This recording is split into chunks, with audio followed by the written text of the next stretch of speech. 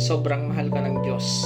Hindi kanya lang ilalabas sa panganib, gusto niya ring maging hari na siya ang mag-direct kung anong susunod mong hakbang sa buhay para hindi na maulit yung nangyari sa'yo. Pag heartbroken ka, ang sabi mo, Lord, pagalingin niyo po ang mga sugat. Gagawin ni Lord yan. Naniniwala ako na He's close to broken-hearted. Pero kailangan mo rin siya bilang hari na magdadirect sa'yo para hindi na maulit muli.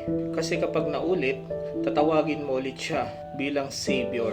Papatawarin ni Lord ang iyong nakaraan, pero willing ka bang ipagamit, ipakontrol ang iyong kasalukuyan para sa iyong kasalukuyan ay makaranas ng pagpapala ng ating Panginoon.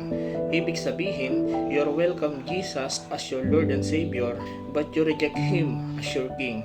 He doesn't work that way.